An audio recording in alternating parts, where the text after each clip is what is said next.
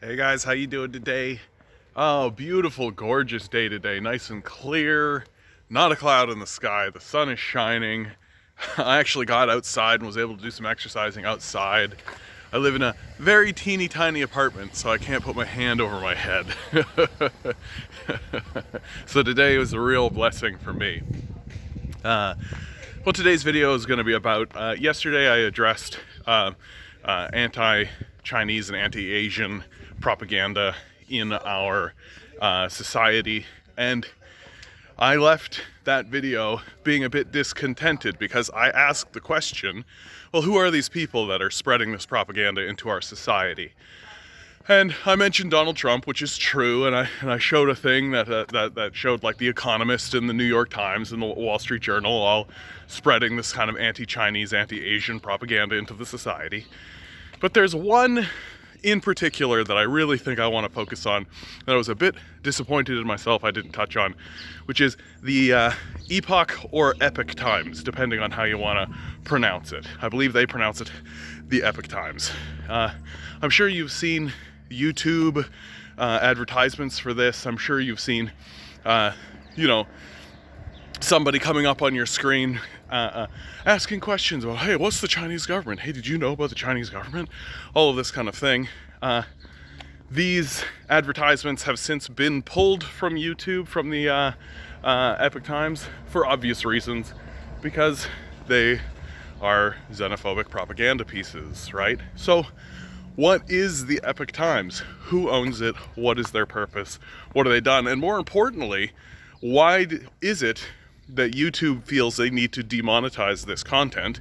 And why is it that this content is actually dangerous to have propagate throughout Canada and Europe as it is? So I did some digging on the Epoch Times, and the story is fascinating.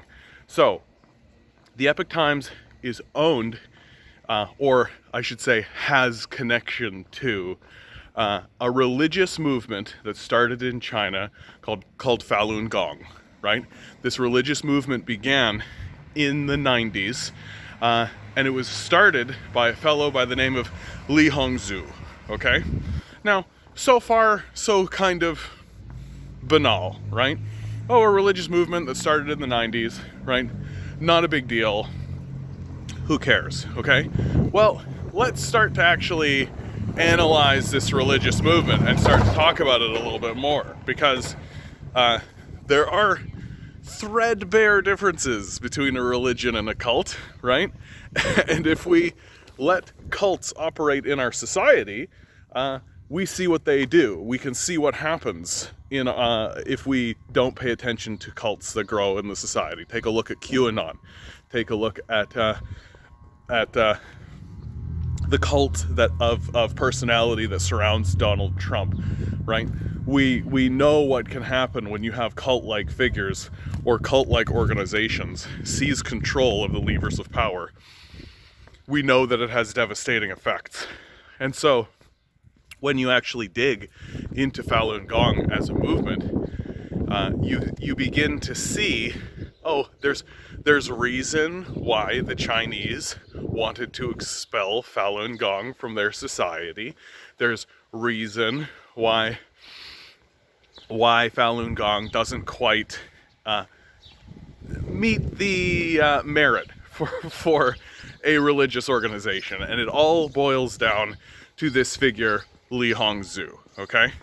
So Li Hongzhu, in his biography, right, which he wrote himself and published himself, claims that he has attained supernatural powers, right? He has the ability, you guys, to turn invisible. Yeah, this is him. He said this. To turn invisible, to perceive the future. These kinds of supernatural abilities that all kind of frauds and hacks put on themselves, okay?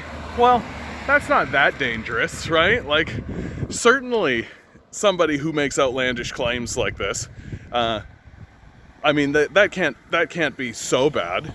I make the argument that if you're willing to believe that you can turn invisible or that you have supernatural powers, you're either actively lying, right, in the first place, or you genuinely believe it, which I think is more dangerous. Because if you're willing to believe that you can turn invisible and you have supernatural powers, then there is no lie that you will not believe, right? There is no extent to which you will not go.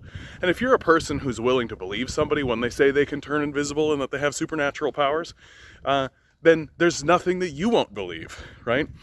And so obviously this creation of the cult of personality is happening under this Falun Gong banner. This gets worse as it goes on once you start to see what this organization stands for, right? So Li Hongzhu has published many articles saying that interracial relationships are wrong, right? They deny the existence of evolution, right? They are creationists at their core. So they don't actually have a scientific basis for what they're saying. They're not interested in that. They're interested in creating their strange little cult and propagating it through the society. And so Li Hongzhu, of course, after his expulsion from China, has done everything he can to propagate an anti-Chinese narrative. This includes propping up the Epoch Times, also organizations like Shen Yu, right? Which is just like a dance organization, which I actually had the pleasure of going to see one time. A wonderful artistic endeavor, but with obvious anti-Marxist and anti-communist messaging, right? For goodness sakes, at one point, there's a tidal wave coming to wipe out a city in the story that they're telling. And then in the middle of the tidal wave is the face of Marx with a communist symbol, the hammer and sickle on his forehead, and his eyes glowing red with the intention of wiping out the city. And then it's the magic of Falun Gong that stands up with their shining lantern that chases it all away. This overt Chinese anti-Chinese and anti-communist propaganda that's being spread throughout this messaging of Shen Yu obviously exists in the Epoch Times. The Epoch Times has aligned itself very tightly with Donald Trump. The Epoch Times went ahead and spread anti-vaccination or misinformation regarding the COVID-19 virus, right? Actively misinforming the populace of where it came from, what it was doing. You ever hear that propaganda surrounding, the COVID virus came from bats, right? That it came from this horrible situation in China. All of that gets propagated by the Epoch Times. So we have active in our society an anti-Chinese propaganda outlet that is fueled by a cult of personality that obviously has a personal vendetta against the country that rejected them, right?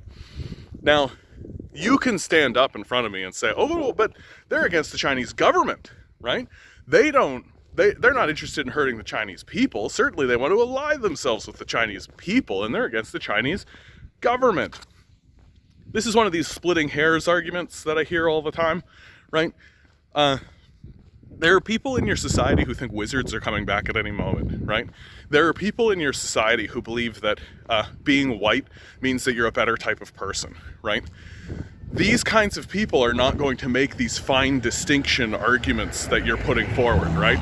They're not going to buy in seriously to this argument of like, oh, well, the government, we can criticize the government, but then be against the people and all this kind of stuff. If you're spreading lies and misinformation, there are obviously going to be isolated people in your society who are going to grab hold of these narratives, and they're going to take out their existential anxiety that you are infusing into them, and they're going to take them out on their own neighbors, right? They're going to find their Chinese neighbor, they're going to find their Asian neighbor, right? They don't care if they're from China or not, they just care if they look Chinese to them. And they're going to take it out on them, right? Because once you make like an intellectual concession, right? Like, I am white, therefore I am the best, right? Once you make that intellectual concession, then it doesn't matter. You can just do what you want. You can believe what you want. You can say what you want. You can do what you want, because you've made this enormous intellectual concession.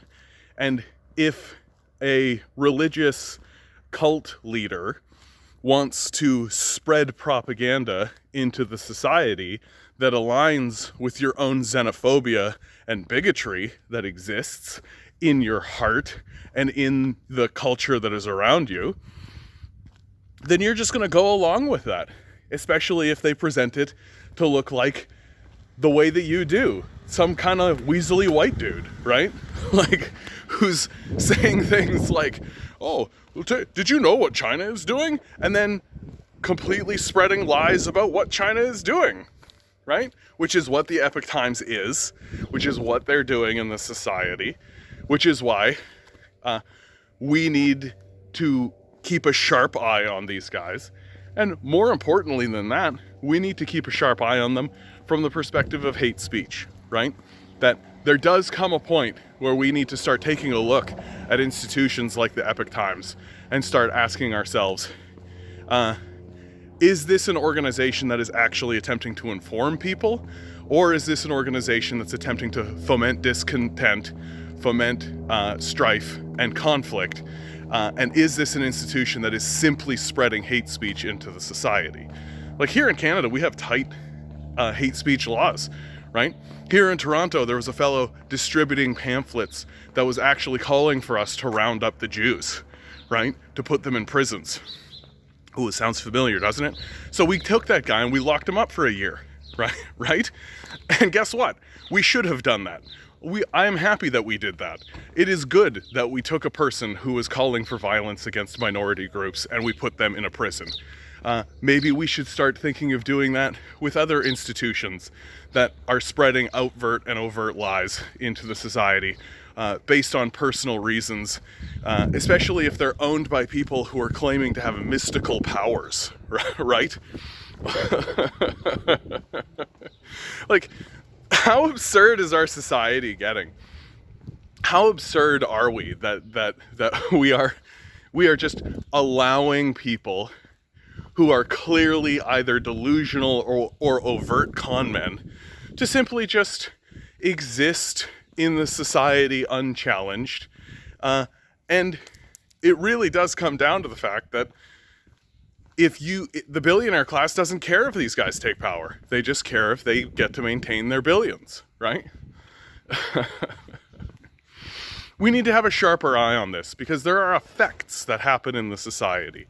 You allow the Epoch Times to spread their propaganda throughout the society, and then isolated rural people decide to pick up weapons and go into massage parlors and murder people, right? It's a direct connection. It's obvious. It's overt. The media doesn't want you to talk about it because the media is complicit in it. Because the media is not going to talk about places like the Epoch Times and point out that it's run by a cult leader that doesn't think that evolution is real and thinks that he has magical powers, right? They're not going to talk to you about that. You got to come to guys like the Canadian Commie to actually have a conversation about any of that kind of stuff. Anyway, guys, this is the end of this video. Please like it, please share it. If you've made it to this point, you got to subscribe it, right? Like, I think those are the rules. More importantly than any of this, guys, there are enormous forces in the world that are attempting to gaslight you. Do not let them gaslight you, right? Do not let them gaslight you. Be skeptical. Don't just go along with stuff. And more importantly than this, if these people are willing to gaslight you on the scale that we're talking about, they're trying to convince you that entire races of people are abominations, of course they're going to gaslight you about how important you are in the world. Of course they're going to gaslight you about how strong, how powerful, how lovely, how wonderful you are as a person. Of course they're going to do that, right? Don't let them. You're important, you matter, you're here, and you're doing exactly what you're supposed to be doing in this moment. The divine creative force has put you here for a reason. You're here and you're wonderful and you're doing great. Good luck. We're going to need it.